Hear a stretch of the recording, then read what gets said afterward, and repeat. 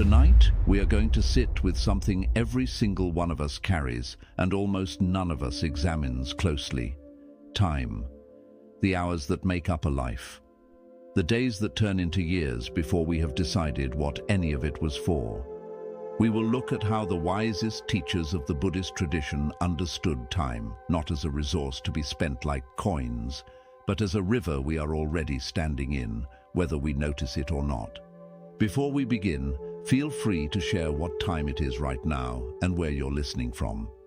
There is something quietly moving about that small detail, because whatever hour it is for you, it will never come again, exactly this way. Most of us live as though time were a deep well that will never run dry. We put off the important conversation. We save the good dishes for a special day that keeps moving further away. We tell ourselves that later we will slow down, later we will spend more time with the people we love, later we will finally live the way we have always meant to live. And so the years pass, not in one dramatic loss, but in 1,000 small postponements, until one day we look up and wonder where it all went.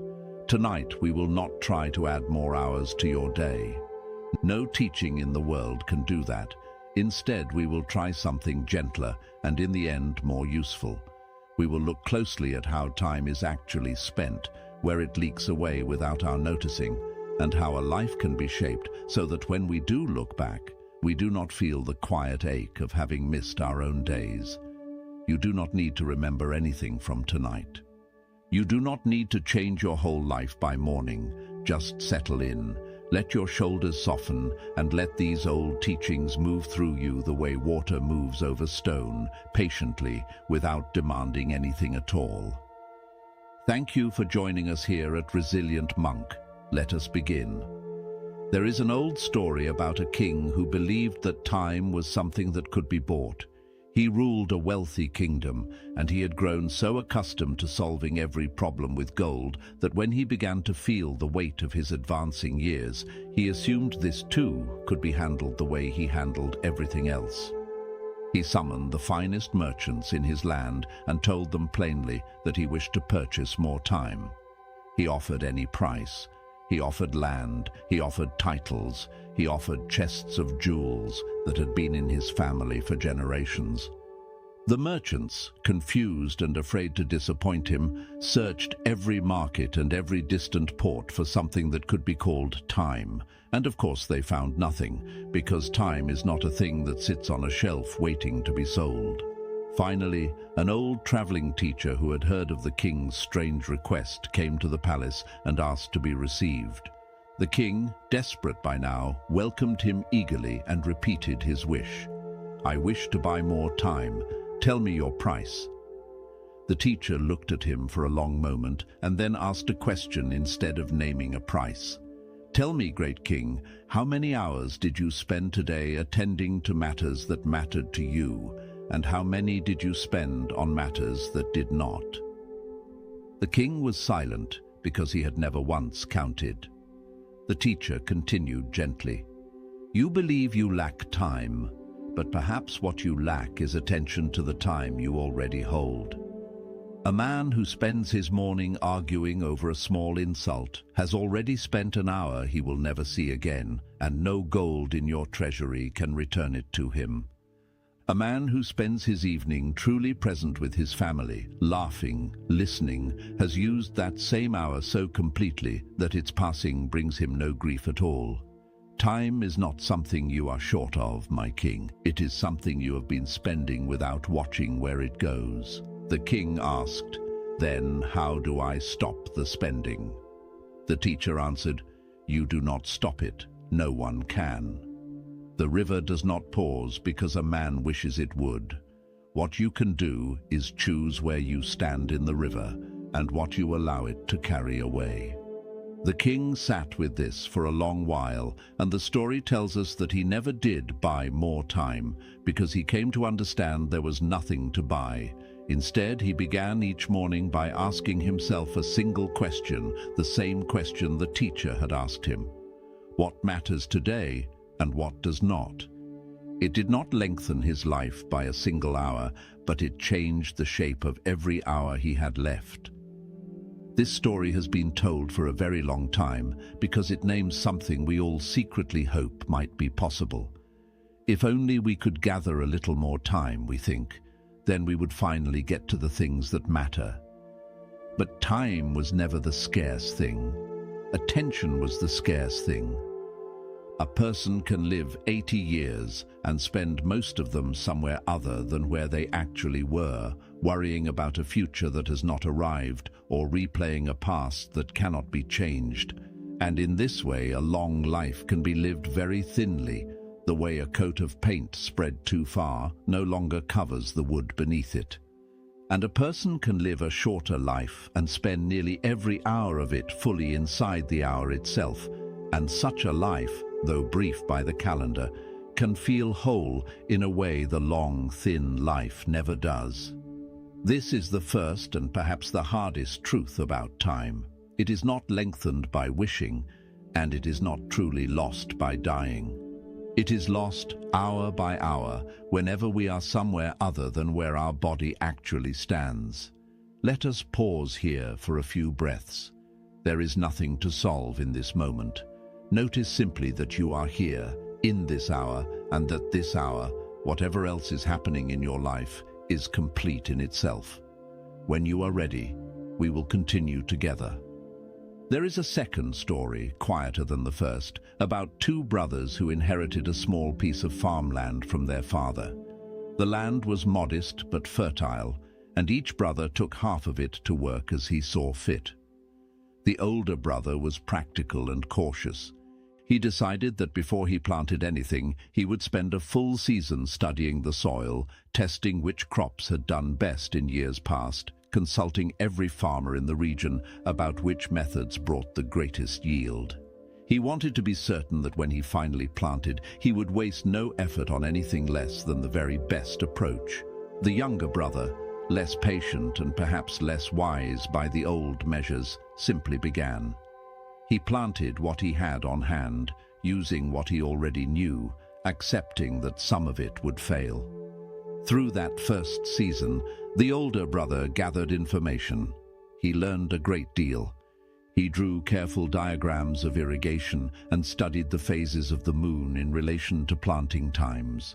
The younger brother, meanwhile, made mistakes. Some of his crops failed from poor timing, some rotted from too much water. But some grew, and by the time the season ended, he had a modest harvest, and more importantly, he had a full season of direct experience with his own particular patch of earth, its particular soil, its particular light. The following year, the older brother, now fully informed, began to plant according to his careful research. But he discovered that much of what he had learned applied to fields quite different from his own, and he had to relearn a great deal through his own trial and failure, exactly as his younger brother had done a year earlier. By the time both brothers had farmed for 5 years, the younger brother's land was flourishing, seasoned by 4 years of direct lived experience, while the older brother was only now catching up, having spent his first year gathering a kind of knowledge that could only ever be a substitute for the real thing. This story is not a case against thinking carefully or planning wisely. It is a story about a particular way that time slips away from us, disguised as preparation. We tell ourselves we are getting ready to live, ready to begin the important work, ready to have the difficult conversation, ready to pursue the thing we actually care about, and in the meantime, the readying itself becomes a way of life. There is always one more course to take, one more year to save, one more piece of information to gather before we can finally begin. And sometimes this caution is wise. But often, if we are honest with ourselves, the endless preparation is simply fear wearing the costume of diligence. It feels responsible to keep preparing. It feels reckless to simply begin. But the season passes either way, and the field either grows something or it does not. And there comes a point in every life when the difference between the one who prepared endlessly and the one who simply began imperfectly becomes impossible to ignore. There is a teaching that says a task begun poorly today is worth more than a task planned perfectly for a day that has not yet arrived, because the poorly begun task is at least alive, already growing, already teaching you what it needs, while the perfectly planned task exists nowhere except inside your own head, where it can be endlessly polished and endlessly postponed. Time spent purely in the planning of a life is not neutral. It is not simply time held in reserve for later use. It is time spent, the same as any other, and it cannot be recovered once it passes, even if what filled it felt responsible and wise. Consider how often the phrase, "when I have more time," appears in your own thinking. When I have more time, I will call that old friend I have lost touch with. When I have more time, I will take up the instrument I always wanted to learn. When I have more time, I will finally rest properly instead of collapsing at the end of exhausted days. The teaching here is simple and somewhat uncomfortable. There is no more time coming. There is only this time, arranged differently perhaps, but never more abundant than it is right now. The person who is waiting for a spacious future in which to finally live meaningfully is very often waiting for a season that will never arrive, because the habits that fill today's hours will very likely fill tomorrow's as well, unless something changes in how the hours themselves are held. Let us rest here a moment. There is no need to solve your whole calendar tonight. Simply notice, without judgment, whether there is a "when I have more time" sitting somewhere in your own mind, quietly waiting. You do not have to answer it now. Just notice it, the way you might notice a stone in your shoe, gently, without anger at yourself for having missed it before. When you are ready, we will continue together. There is an old parable about a man who owned a clay pot with a small crack running along its side. Each morning he would walk down to the river, fill the pot with water, and carry it back up the long hill to his home, and each time, by the time he arrived, half the water had leaked away through the crack. For a long time he was ashamed of this pot. He considered it broken, useless, a burden he carried out of necessity rather than choice, since he could not afford a new one. One day, walking the familiar path, the cracked pot spoke to him, or so the story tells it, and confessed its shame. "I am sorry," it said. "I have wasted so much of your effort. Every day you carry a full pot, and every day I let half of it spill onto the ground before we reach home." The man smiled and told the pot to look at the path they walked together each morning. On his side of the trail, the side where the pot leaked, a long line of wildflowers grew, bright and abundant, watered every single day by what the pot had considered its failure. On the other side, where a whole and uncracked pot might have walked, the ground was plain and bare. "Your crack was never a flaw to me," the man said. "I simply planted flower seeds on your side of the path years ago and let your leaking do the watering. What you saw as waste, I saw as an entirely different kind of use." This story is often told as a lesson about accepting our own flaws, and that reading is true enough. But there is another layer worth sitting with tonight, one about time specifically.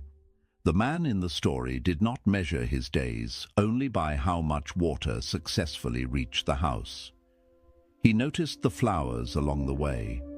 He found meaning not only in the destination of his daily walk, but in what the walk itself produced, almost by accident, almost as a side effect of an imperfection he had at first resented.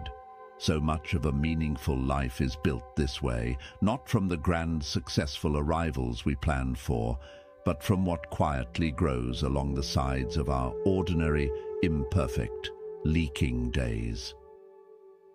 The time we spend struggling with a difficult child, the time we spend patiently repeating an explanation to someone slow to understand, the time we spend simply present with a friend who is grieving and for whom we have no solution to offer, none of this looks like productive time by the usual measure. It does not fill the pot. And yet it is very often exactly this time, the leaked and imperfect time, that grows the flowers we remember most clearly when we look back on a life. We are taught, almost without anyone teaching it directly, to measure our days by output. How much was accomplished? How many tasks were completed? How efficiently did the hours convert into visible results? And there is a place for this kind of measuring. Fields do need to be planted, work does need to be done, and a life spent entirely without direction or effort is its own kind of waste. But an entire philosophy of time built only around output slowly starves a person of something they cannot quite name, because so much of what makes a life feel meaningful cannot be measured this way at all. No one, lying at the very end of a long life, has ever asked to see a record of how many emails were answered promptly or how many errands were completed without delay. What tends to surface instead in those final honest hours are the leaked moments, the unplanned afternoons spent with a child who wanted nothing but company, the conversation that ran too long and made the whole evening schedule collapse, but that neither person, looking back, would trade for anything. The quiet hours spent doing nothing at all beside someone who needed only to not be alone. Let us pause here for a few breaths. Consider, gently and without any need to fix anything right now, where the flowers grow along your own path. Which of your leaked, unproductive, seemingly wasted hours have in fact grown something you still carry with you? There is no need to answer aloud or even fully to yourself. Just let the question sit. When you are ready, we will continue together. There is a well-known teaching about a young monk who came to his elder teacher, deeply frustrated, and said that he felt he was wasting his entire life on small, meaningless tasks. He complained that he spent his mornings sweeping floors that would simply need sweeping again tomorrow, and his afternoons carrying water that would simply be used up and need carrying again the next day, and he asked how he was ever meant to reach anything great, anything meaningful, when his hours were consumed entirely by such small, repeating, seemingly pointless labor. The old teacher listened patiently and then asked the young monk a single question. When you sweep the floor, where is your mind? The young monk admitted, somewhat sheepishly, that his mind was usually elsewhere, imagining the great and meaningful life he wished he were living instead, resenting the broom in his hands as a symbol of everything keeping him from that imagined life. The teacher nodded and said something the young monk did not fully understand until many years later. The floor is not the problem. Your absence from the floor is the problem. Sweep it with your whole mind and it becomes the great and meaningful task you are searching for elsewhere. Search for meaning elsewhere while sweeping it, and you will search for meaning elsewhere forever, no matter what task is eventually placed in front of you, because the habit of your mind, not the nature of the task, is what determines whether an hour feels wasted or whole. This teaching cuts against something deeply embedded in how most of us think about a meaningful life. We tend to imagine meaning as located in certain special kinds of hours, the dramatic ones, the ones that would make a good story if told at a dinner party, and we imagine the ordinary hours, the sweeping and the carrying and the waiting in line and the folding of laundry, as a kind of grey background against which the meaningful hours eventually, we hope, will occur. But this way of thinking quietly poisons the great majority of every actual life, because the great majority of every actual life is made of exactly this ordinary material. If meaning can only be found in the rare dramatic hour, then a person is guaranteed to spend most of their time feeling that their life is not yet truly beginning, waiting perpetually for the real thing to start. The alternative the old teacher offered was not to abandon ambition or to stop hoping for larger things. It was simply to notice that the mind's presence or absence, not the size or drama of the task, was the actual variable determining whether time felt well spent. A person who is fully present while doing something small experiences that smallness completely, and completeness, oddly enough, does not require largeness. A cup of tea drunk with full attention can feel more whole than an entire vacation experienced half absently, the mind checking messages, planning the next activity, already elsewhere before the present one has finished. We often blame our circumstances for a sense that time is being wasted, when the deeper cause is frequently that our attention has simply never arrived in the room where our body is sitting. The alternative the old teacher offered was not to abandon ambition or to stop hoping for larger things. It was simply to notice that the mind's presence or absence, not the size or drama of the task, was the actual variable determining whether time felt well spent.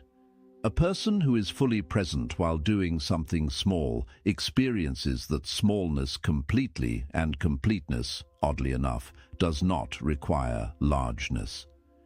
A cup of tea drunk with full attention can feel more whole than an entire vacation experienced half absently, the mind checking messages, planning the next activity, already elsewhere before the present one has finished. We often blame our circumstances for a sense that time is being wasted, when the deeper cause is frequently that our attention has simply never arrived in the room where our body is sitting. There is a further layer to this teaching worth exploring, because it is easy to hear such a lesson and think it means we should simply be grateful for whatever small tasks life hands us and stop wanting anything more. That is not quite what is being offered here. Wanting more, striving toward larger goals, working diligently toward a future that does not yet exist, none of this is condemned by learning to be present. In fact, the opposite tends to be true. A person who has learned to bring full attention to the small, ordinary tasks of an unremarkable Tuesday afternoon usually turns out to be far more effective at pursuing their larger goals than the person whose mind is constantly divided between where they are and where they wish they were instead. Presence is not the enemy of ambition. Divided attention is the enemy of both presence and ambition equally, because a mind split between the present task and an imagined future does neither one well. It sweeps the floor badly because it is thinking about tomorrow, and it plans tomorrow badly because half its attention remains stuck resenting the floor. Let us rest here a moment. Think of one ordinary task waiting for you tomorrow, something small, unremarkable, the kind of thing you might normally rush through while your mind is elsewhere. There is nothing you need to plan about it right now. Simply hold the intention lightly that when you meet it, you might try meeting it with your whole attention, just once, just to notice what changes. When you are ready, we will continue together. There is an old story about a wealthy merchant who spent his entire adult life waiting for what he called the perfect winds. He had built a fine ship early in his career, and he had a clear vision of the voyage he wanted to take, a long journey to distant ports that he believed would bring him both great fortune and a story worth telling for the rest of his life. But he was a careful man, perhaps overly careful, and he had convinced himself that the voyage should only be attempted under ideal conditions. Every season, he found some reason the winds were not quite right. One year, the weather pattern seemed unpredictable. Another year, there was troubling news of storms along part of the route. Another year, his health was not quite what he wanted it to be before undertaking such a long journey. Season after season, year after year, he found the winds imperfect. And season after season, year after year, his fine ship sat anchored in the harbor, its wood slowly weathering, its ropes slowly fraying from disuse rather than from use. He grew old watching other, less careful merchants set sail in far humbler vessels, some of whom were lost at sea, it is true, but many of whom returned with exactly the fortune and the stories he had once imagined for himself. Near the end of his life, sitting on the same dock where his ship had aged beside him, A young sailor asked him why he had never made the voyage he had spent his whole life preparing for. The old merchant thought for a long while and finally admitted, "I was waiting for the winds to be perfect, and I have only now understood, far too late to use the understanding, that the winds are never perfect. There is only ever wind enough to begin, or no wind at all, and the sailors who reached distant shores were not the ones who waited for ideal conditions. They were the ones who learned to adjust their sails to whatever wind actually arrived." This story speaks to something almost universal in how we relate to time and to the meaningful pursuits we keep postponing. We wait for the perfect conditions to begin the important work, to have the difficult conversation, to make the significant change, and in the waiting, we quietly mistake caution for wisdom. Certainly there is a place for genuine caution, for waiting until a foolish or reckless action would clearly cause harm. But there is a difference between waiting for wisdom and waiting for certainty, and the two are often confused. Certainty of favorable conditions rarely arrives in a human life. The winds are almost never perfect. There is almost always some reasonable-sounding justification for waiting one more season, and a person can spend an entire lifetime, as the merchant did, collecting these justifications one after another until the ship itself has aged past its ability to sail at all. What makes this teaching especially worth sitting with is how reasonable each individual delay always feels in the moment. The merchant was not lying to himself in any obvious way. Each year there really was some genuine reason for concern. This is precisely why the pattern is so dangerous.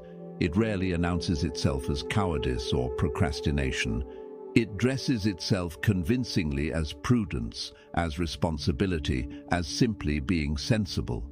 And because each individual delay feels justified, the accumulated pattern of delay across an entire lifetime can go almost entirely unnoticed until very late, when the ship has weathered past use and the accumulated seasons can no longer be recovered.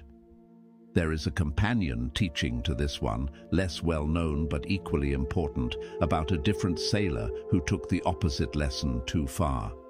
This sailor became so committed to the idea that conditions are never perfect that he set sail recklessly again and again into genuinely dangerous storms, ignoring real and legitimate warnings, until eventually his ship was lost entirely, along with everyone aboard it. This second story exists precisely to prevent the first from being misunderstood. The teaching is not that caution itself is foolish, or that careful preparation has no value. The teaching is about learning to tell the difference between a storm that would genuinely sink the ship and a wind that is merely imperfect, merely uncertain, merely less comfortable than the wind we had imagined waiting for. Most of what keeps us anchored in the harbor of our own lives is not a genuine storm. It is simply an imperfect wind that we have mistaken, out of fear, for something more dangerous than it actually is. Let us pause together for a few breaths. Is there a ship of your own sitting anchored somewhere, waiting for winds that keep failing to arrive perfectly? There is no need to answer this harshly or to judge yourself. Simply notice the ship, notice how long it has been waiting, and let that noticing be enough for tonight. When you are ready, we will continue together. There is a further teaching that deserves careful attention tonight, because it addresses a mistake almost the opposite of waiting too long, and it may be even more common in the world we live in now than it was when these old stories were first told. This is the mistake of confusing motion with meaning, of filling every hour so completely with activity that the question of whether any of it truly matters never has a quiet moment in which to arise. There is an old teaching about a wheel that spun so fast it appeared to anyone watching to be standing perfectly still. The teaching goes that a mind can move in exactly this way, filling every waking hour with tasks and errands and responses and small urgent obligations, moving so constantly and so quickly that from the inside It feels like nothing at all is happening, a kind of blur, a kind of stillness made entirely of motion, and the days pass in this blur without ever slowing down enough to ask the simple question underneath all the motion. What is any of this actually for? There is a story of a woman who ran a small shop in a busy town and who prided herself on never wasting a single moment. From the instant she woke until the instant she collapsed into sleep, every minute of her day was accounted for, filled with some task or another, and she looked with something close to pity at her neighbors, who seemed, by comparison, to move through their days so slowly, so inefficiently, stopping to talk at length with customers who had no urgent need to be served quickly, sitting for long stretches on their porches in the evening, apparently doing nothing at all. She considered herself the wise one, and them the wasteful ones. This continued for many years, until one autumn she fell seriously ill and was confined to her bed for several months, unable to work, unable to fill her hours with the constant motion she had built her entire identity around. At first, this was a kind of torment for her, and she lay in bed anxious and restless, feeling every unfilled hour as a kind of loss. But as the months passed and there was truly nothing to be done except rest, something in her slowly began to shift. She began, for what she realized was the first time in decades, to actually notice things.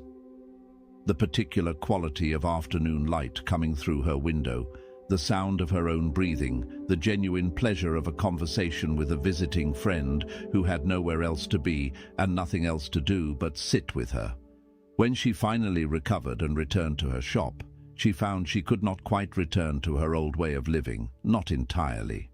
She still worked hard, and she still valued her time, but she had learned something during her long illness that she could not unlearn, which was that constant motion and a well-used life were not, in fact, the same thing, and that some of what she had once dismissed as her neighbor's inefficiency had actually been something closer to wisdom, a willingness to let some hours simply exist without needing to be productive at all. This story invites us to look honestly at our own relationship to busyness, because busyness has a particular seductive quality that idleness does not. Busyness feels virtuous. It feels responsible.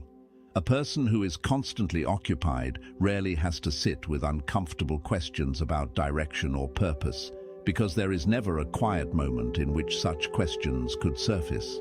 In this way, extreme busyness can function almost as a kind of hiding place, a very respectable, very socially rewarded hiding place, but a hiding place nonetheless.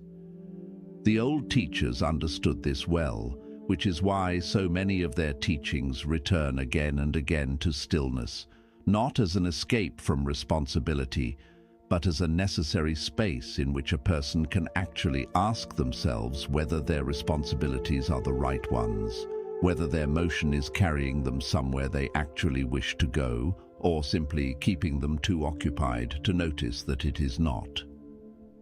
This does not mean that rest and stillness are always virtuous, while activity is always suspect. That would simply be trading one extreme for another. The point is subtler than that. It is that a life needs enough stillness within it for a person to periodically check the direction of their own motion, the way a sailor needs to occasionally stop adjusting the sails just long enough to look up and confirm the ship is still heading toward the shore they actually meant to reach, rather than simply moving fast in whatever direction the current momentum happens to carry it. Let us rest here a while. If you can, let this next stretch of silence be entirely unproductive. Do not use it to plan tomorrow or to solve any problem. Simply let it exist, the way an afternoon exists for someone with nowhere urgent to be. When you are ready, we will continue together. There is a teaching that comes from a very old exchange between a teacher and a dying man. And though the subject of death can feel heavy to sit with, this particular teaching is offered not as something morbid, but as something clarifying, the way a cold splash of water can clarify a sleepy morning mind. The dying man, we are told, had lived what most would call a successful life. He had raised a family, built a modest but respectable fortune, and was well regarded in his community.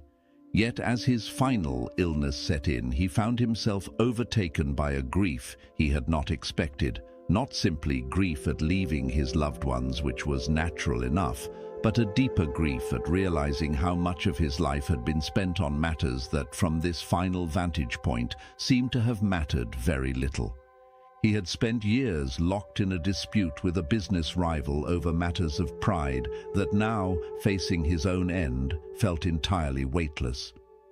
He had postponed for decades a reconciliation with an estranged brother, always believing there would be time later to address it properly, and now understood there would not be. He called for a teacher he had known in his youth and asked, with what strength remained to him, whether there was any wisdom that could ease this particular kind of regret. The teacher sat with him for a long while and finally said something simple. "You are only now discovering what death has always been trying to teach the living, which is that its presence, even distant and unacknowledged, was meant to be a compass, not merely an ending.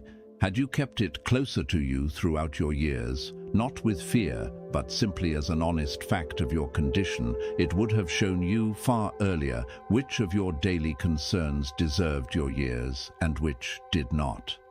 The dispute with your rival would have looked, decades ago, exactly as small as it looks to you now, if only you had let yourself remember, even occasionally, that your years were not without number." This teaching points towards something the old traditions return to again and again, which is that an honest awareness of our own mortality is not meant to frighten us into paralysis, but to sharpen our sense of what actually matters. The way a sculptor's awareness of the limited size of a block of stone shapes every decision about what to carve and what to leave alone.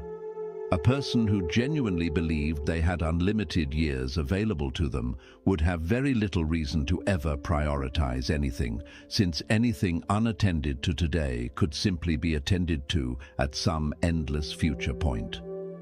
It is precisely the limited nature of our years that gives our choices any weight at all. Without that limit, urgency would have no meaning, and meaning itself would have nowhere to take hold. Most of us, most of the time, live in a strange kind of denial about this limit, not because we consciously disbelieve it, but because we simply do not let it inform our daily decisions. We know, in an abstract way, that our years are numbered, but we spend our actual hours as though this were not quite true, postponing the important conversation, delaying the meaningful pursuit, allowing old grievances to occupy years of mental space as though we had years to spare for such occupation. The old teachers suggested a different relationship to this truth, one that neither denies death nor becomes obsessed with it, but simply lets its quiet presence inform the ordinary choices of an ordinary day. If you knew with certainty that a particular dispute would matter nothing at all from your deathbed, would you still choose to spend this evening's energy nursing it? If you knew that a particular reconciliation was one you would deeply wish you had made, would you still choose to postpone it one more season, waiting for conditions that, as we have already seen, tend never to arrive perfectly? There is a gentleness to this teaching that is easy to miss if it is heard only as a warning. It is also, in its own way, a permission. It gives us permission to let go of disputes that will not matter, to set down grudges that are quietly consuming hours we will not get back, to stop waiting for the right moment to say the important thing to the important person, because the right moment, examined honestly, is very often simply the next available moment and nothing more mysterious than that. Let us pause here for a few breaths. There is no need to think directly about death if that feels difficult tonight. Simply ask, gently, whether there is some small dispute or some small postponement currently occupying space in your life that would look from a wider view far smaller than it currently feels. You do not need to resolve it tonight, just notice it. When you are ready, we will continue together. There is a teaching, quieter than the others, about the accumulation of small things, and it is perhaps the most practical of everything we have explored tonight, because it does not ask for any dramatic transformation. It simply points to the way a water pot fills, drop by drop, until eventually, almost without anyone noticing the exact moment, it is full. There is an old image of a man who wished to dig a well, but who each day grew discouraged by how little progress a single day's digging seemed to produce. He would dig for an hour, see only a small disturbance in the earth, and feel that his effort had accomplished almost nothing, and so, discouraged, he would abandon that spot and move to another patch of ground nearby, hoping for faster results, only to abandon that spot too, after another disappointing hour, and so on, for many days, until he had dug a dozen shallow, useless holes across his land and found water in none of them. A neighbor, watching this pattern, finally offered a piece of advice that seems almost too simple to be worth stating, and yet the man had never considered it. "Choose one spot," the neighbor said, "and keep digging in that same spot, even on the days when the progress feels invisible, especially on the days when the progress feels invisible, because water does not reward the digger who moves constantly to new ground. It rewards the digger who trusts that yesterday's small effort and today's small effort are accumulating somewhere beneath the surface, even when nothing visible confirms it." This teaching addresses something particular about how meaningful time tends to work, which is that its rewards are very often invisible in the short term and only become visible across a much longer stretch than we are naturally inclined to be patient for. A single hour spent learning something difficult produces almost nothing that can be measured. A single evening spent listening carefully to a struggling friend does not visibly repair the friendship in any dramatic way. A single day of careful, patient parenting does not visibly shape the character of a child in any way that can be pointed to and admired. And because none of these individual hours produce visible results, it becomes very easy to conclude that they are not worth the effort, and to abandon the well after a single discouraging hour of digging, moving on to some other pursuit that seems, at least for the moment, more immediately rewarding. But a life examined honestly, especially near its later years, tends to reveal that the deepest and most meaningful outcomes were almost never produced by a single dramatic hour. They were produced by the same patch of ground, dug into again and again, day after day, through long stretches where nothing visible seemed to be happening at all. The deep friendship was not built in one remarkable conversation, but in hundreds of ordinary ones. The skill that eventually became a source of real meaning and even identity was not acquired in one inspired afternoon, but in years of unremarkable practice, much of which, at the time, felt like almost no progress whatsoever. The trust between a parent and a grown child was not established in one significant talk, but in thousands of small, patient, repeated moments of attention across decades. This teaching offers a particular kind of relief for anyone who has ever felt discouraged by how little a single day seems to accomplish toward the things that actually matter to them. The discouragement itself, this teaching suggests, is based on a kind of miscalculation, an expectation that meaningful effort should produce visible reward on roughly the same timescale as the effort itself, when in truth the deepest rewards very often accumulate on a timescale so much longer that no single day's digging could ever be expected to reveal them. The invitation is simply to keep the shovel in the same spot of ground, trusting the accumulation even during the long stretches when nothing about the surface has visibly changed.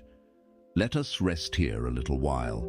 Consider whether there is some patch of ground in your own life that you have been tempted to abandon simply because a single day's effort has not yet produced visible water. There is no need to decide anything tonight about whether to keep digging. Just notice the ground and notice how long you have actually been at it, which is very often longer and closer to water than the discouraged mind believes. When you are ready, we will continue together.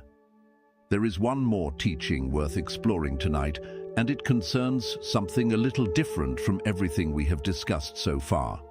It concerns not how we spend our own hours, but what we hope those hours might eventually leave behind once they are gone and we are no longer here to spend any more of them. There is a very old story about a traveler who came upon an elderly man planting a young tree in the shade of an orchard, and the traveler, noticing how old the man appeared, could not help but ask a somewhat blunt question. Why plant a tree that will take many years to bear fruit, when it seems unlikely you will live long enough to taste that fruit yourself? The elderly man did not seem offended by the question, which he had clearly heard many times before. He simply gestured to the older, taller trees surrounding the one he was planting, heavy with fruit, and said, "I did not plant those either. Someone else, long before I was born, chose to spend an afternoon exactly like this one, planting a tree they knew they would not live to enjoy, and because of their choice, I have eaten sweet fruit every summer of my own life, without having to wait for a single one of my own trees to grow. I am only doing for someone I will never meet what someone I never met once did for me." This teaching points toward a dimension of meaningful time that is easy to overlook when we think about our hours only in terms of their effect on our own single life. So much of the most enduring and quietly meaningful use of time has nothing at all to do with what the person spending it will ever personally enjoy. The teacher who spends patient years shaping a difficult student rarely lives to see the full flowering of that student's later life. The parent who spends countless unremarkable hours instilling patience and kindness in a young child does this work without any guarantee of witnessing the particular good that patience and kindness will eventually do in the world, perhaps decades later, in situations the parent will never even hear about. Even something as ordinary as treating a stranger with unexpected gentleness during a difficult moment in their day plants something whose eventual fruit, if it ever ripens into some further act of kindness passed along by that stranger to someone else entirely, will almost certainly happen far outside our view. There is something quietly freeing in this way of thinking about time, because it releases a certain kind of pressure that our culture often places on the idea of a meaningful life, the pressure to see the results, to witness the payoff, to know for certain that our hours accomplished something we can point to and measure. The old teachers suggest a gentler and in some ways more mature relationship to our own effort, one in which we plant trees without needing to taste their fruit ourselves, trusting that this has always been how meaning actually moves through the world, passed from hand to hand across generations who mostly never meet each other, each one simply doing their small part and letting the orchard continue without needing to witness its full growth. This does not mean our own enjoyment of our time does not matter, or that every hour must be spent in some form of self-sacrifice for a future we will not see. That would be its own kind of imbalance. But it does offer a broader lens through which to consider whether a particular use of time feels meaningful, one that extends beyond the narrow question of what immediate, visible benefit it brings to us personally. Sometimes the most quietly important thing done in an entire day is a small kindness extended to someone we will likely never see again, a kindness whose only visible effect from where we stand is a slightly softened expression on a stranger's face, and yet whose full effect, carried forward in ways we cannot trace, may ripple outward in directions we will never know about. Let us pause here for a final stretch of quiet before we begin to close. Consider, without any pressure to answer definitively, what tree you might be willing to plant, even without expecting to taste its fruit. It need not be large. It can be as small as a single act of patience extended tomorrow to someone who has done nothing to earn it. When you are ready, we will gather together the threads of everything we have explored tonight. We began this evening with a king who wished to buy more time and learned instead that time was never truly scarce, only unwatched. We met two brothers, one who prepared endlessly and one who simply began, and saw how much of a life can quietly slip away, disguised as responsible preparation. We considered the cracked pot that watered flowers it never meant to grow, and asked where the unplanned, imperfect hours of our own lives might already be growing something worth noticing. We sat with the young monk sweeping floors and learned that the smallness of a task says far less about its meaning than the presence or absence of the mind performing it. We watched a merchant's fine ship weather uselessly in the harbor, waiting for winds that never arrived perfectly, and asked whether some ship of our own has been waiting too long for a certainty that will not come. We considered the woman who filled every hour with motion until illness finally forced her into a stillness she had spent decades avoiding, and asked whether our own constant activity might sometimes be less about productivity than about avoiding the quiet in which harder questions could surface. We sat gently with a dying man's late understanding that mortality, held honestly and without fear, had always been meant to serve as a compass for the living, sharpening our sense of what actually deserves our years. We considered the man who abandoned his well after a single discouraging hour and asked whether some patch of our own ground might be closer to water than our discouragement currently believes. And finally, we walked through an orchard planted by hands that never tasted its fruit, and considered what small trees we might be willing to plant for people we will never meet.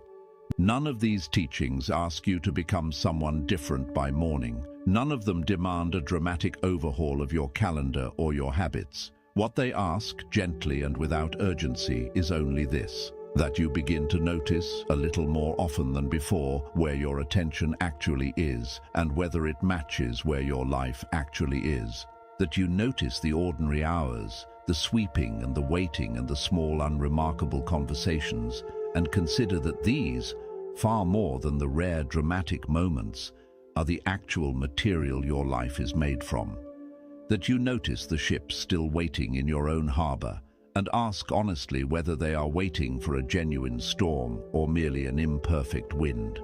That you allow the quiet, honest awareness of your own limited years to inform, without frightening you, the choices you make about which disputes deserve your energy and which reconciliations deserve your patience. And that you trust, even on the days when nothing visible seems to be happening, that the small, patient, repeated efforts of an ordinary life are accumulating somewhere beneath the surface, the way water gathers slowly beneath ground that has not yet shown any sign of it. A life used wisely is very rarely a life crowded with more activity than before. It is far more often a life in which the same ordinary hours are simply met more fully, with attention that has finally arrived in the room where the body has been standing all along. This is available to you starting with your very next breath, and it will remain available to you tomorrow and the day after, not because time has become more abundant, but because you have begun, even slightly, to watch more closely where it has been going all along. Let everything settle now. There is nothing more to figure out tonight. Whatever hours have already passed today, let them rest exactly as they were. Whatever hours remain before you sleep, let them be met simply, without hurry, without needing to accomplish anything further. The river continues to move, as it always has, and you are already standing in it, exactly where you need to be. Sleep well, and thank you for joining us here at Resilient Monk.